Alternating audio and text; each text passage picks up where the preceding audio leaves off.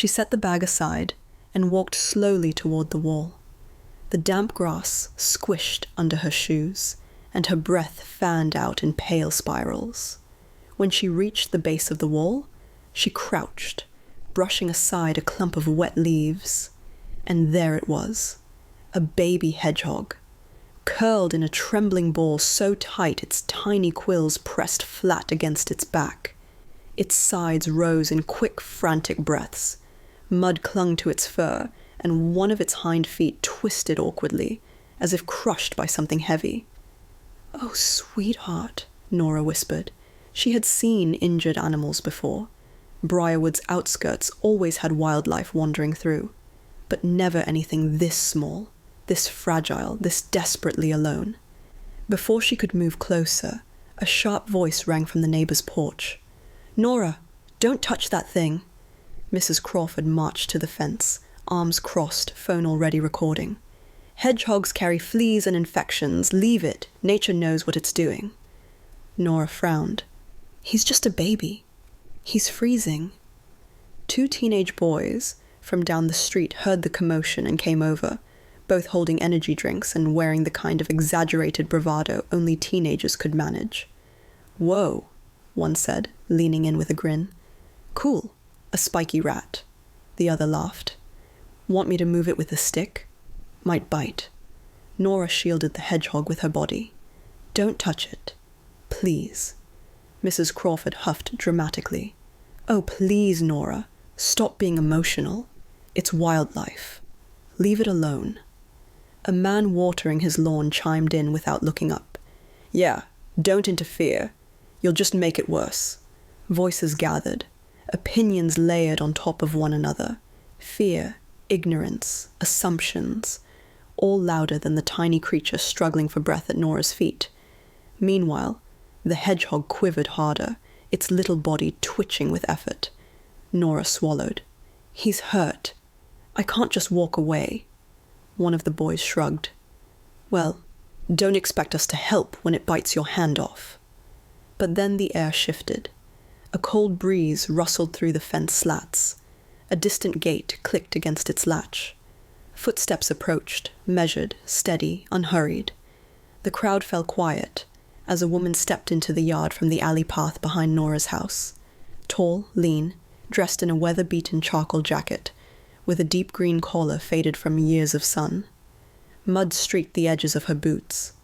Her dark auburn hair was tied back loosely, wild strands framing sharp, observant eyes.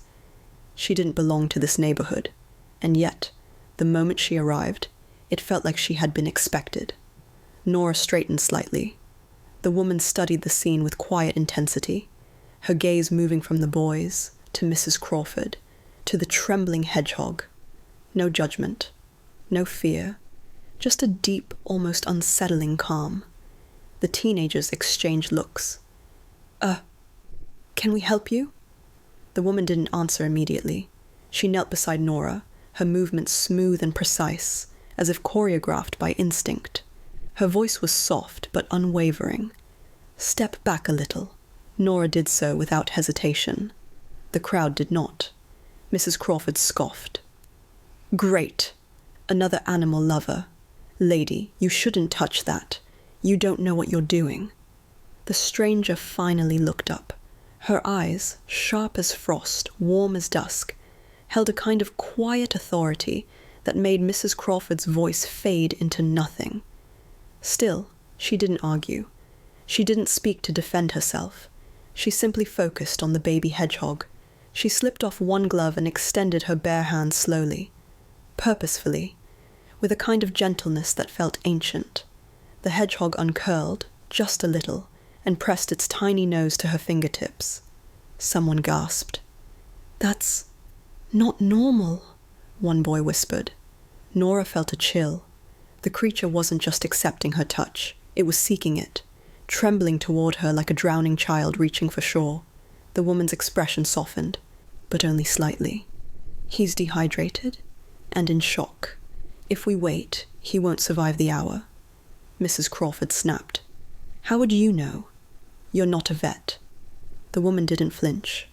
As she reached to lift the hedgehog, The edge of her jacket slipped, revealing a flash of metal clipped inside. Not a badge. Not exactly. Something older, worn from time, scratched from years of fieldwork. Nora caught the glint, but said nothing. The boys stared. Mrs. Crawford's phone dipped. The woman steadied the baby hedgehog in her hands, checking its foot and the shallow cut along its side. Her movements were efficient, almost clinical, but carried an emotional weight, as though this wasn't the first life she'd cradled like this. Nora finally whispered, "Who are you?" The woman didn't answer. Before she could, a rustle came from the bushes behind the shed. A heavier sound.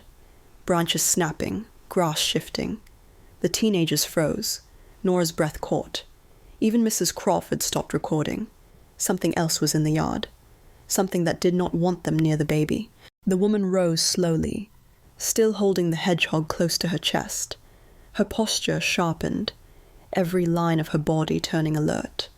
Nora whispered, "Is that the mother?" "No," the woman murmured. "Whatever that is, it's bigger." Another snap. Closer. Deliberate. The boys backed away instantly. Mrs. Crawford retreated toward her porch. The man watering his lawn shut off the hose. But the woman didn't move. She stood still as stone, listening, watching, protecting.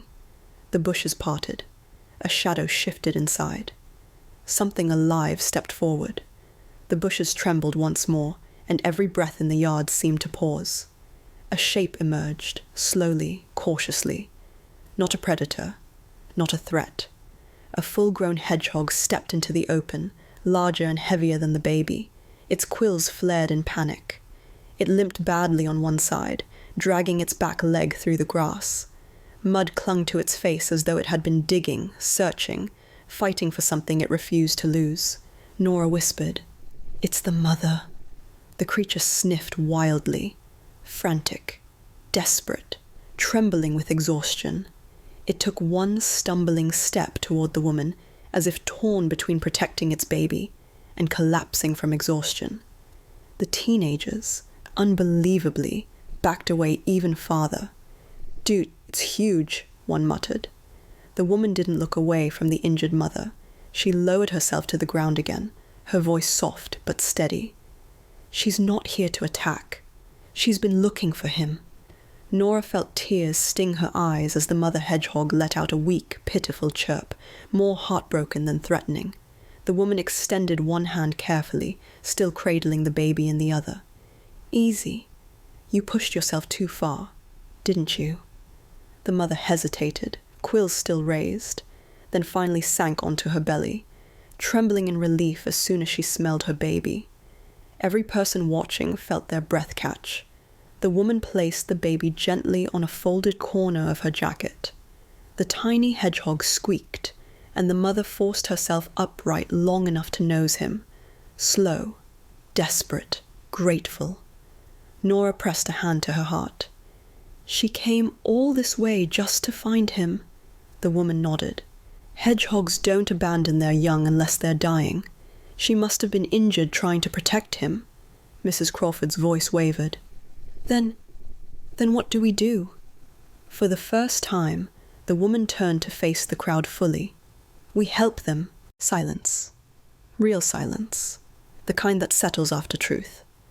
The woman reached into her jacket again. This time the metal glint wasn't accidental. She unclipped the badge fully and held it up for everyone to see. Wildlife Emergency Response Unit, Special Operations Division, badge number 12. Name, Amelia Hart. The teenagers' mouths dropped open. Mrs. Crawford took a step back. I didn't know you were with the unit." Amelia slipped the badge away again without even acknowledging the fear, the shame, the sudden respect. She was already focused on the hedgehogs. "We need transport," she said calmly. "The mother has a fractured rear leg. The baby is hypothermic and dehydrated. They won't survive the night alone." Nora whispered, "Tell me what you need." "Warm water, towels, a shoebox, gloves." Amelia's voice never shook. "And someone to call the local rescue center. Tell them Amelia Hart is requesting emergency intake." The name hit the crowd like a dropped stone. People had heard of her. Some had doubted she was real.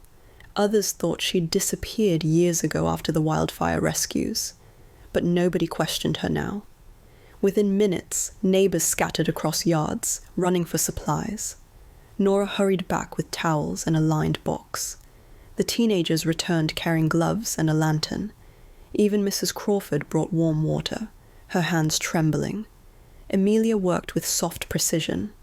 She wrapped the baby first, then the mother, stabilizing their legs with strips torn from her own sleeve. Her movements were steady, compassionate. Practice. Nora whispered, "How did you know exactly what to do?" Amelia didn't look up as she adjusted the mother's position. "Because someone once found me like this, hurt, cornered, terrified, and didn't hesitate." A wildlife responder van pulled into the street moments later. When the officers stepped out and spotted Amelia, they stopped in stunned recognition. "Ma'am, Amelia Hart. We heard you'd..." Later, she handed them the box containing the hedgehogs. "They need fluids, heat support, and radiographs. And keep them together. They won't survive apart." The officers nodded immediately. As they loaded the hedgehogs into the van, the entire neighborhood stood in silent awe. Every person who had mocked, doubted, hesitated, now watching her with the reverence saved only for people who stand between life and loss, without hesitation. Nora stepped forward. "You saved them." Amelia looked at her, not with pride, but with quiet relief. "No, you did. You heard him when everyone else ignored him." Nora's throat tightened. "Will they make it?" "With care," Amelia replied. "They both have a chance." The van rolled away, with the soft amber glow of its interior light fading into the night. Amelia turned to leave. "Wait," Nora called. "Will you be staying in Briarwood?" Amelia paused, her silhouette framed by the dim streetlight. "Only long enough to see how they recover." Nora swallowed. "I'd like to help the rescue center one day, like you." Amelia stepped closer, her voice a soft echo against the night. "Then promise me something, Nora. When everyone else turns away from something small, something scared, something hurting," her eyes softened. "Be the one who kneels down." Nora nodded, tears slipping down her cheeks. "I promise." Amelia gave her a tired, gentle smile, the kind given only by those who've carried too many stories, too many rescues, too many ghosts. Then she walked into the fog, boots silent on the grass, her silhouette fading into the same quiet she'd arrived with. And Briarwood Lane would remember her name, not as a rumor, not as a myth, but as the woman who brought compassion back into a neighborhood that had forgotten how to kneel.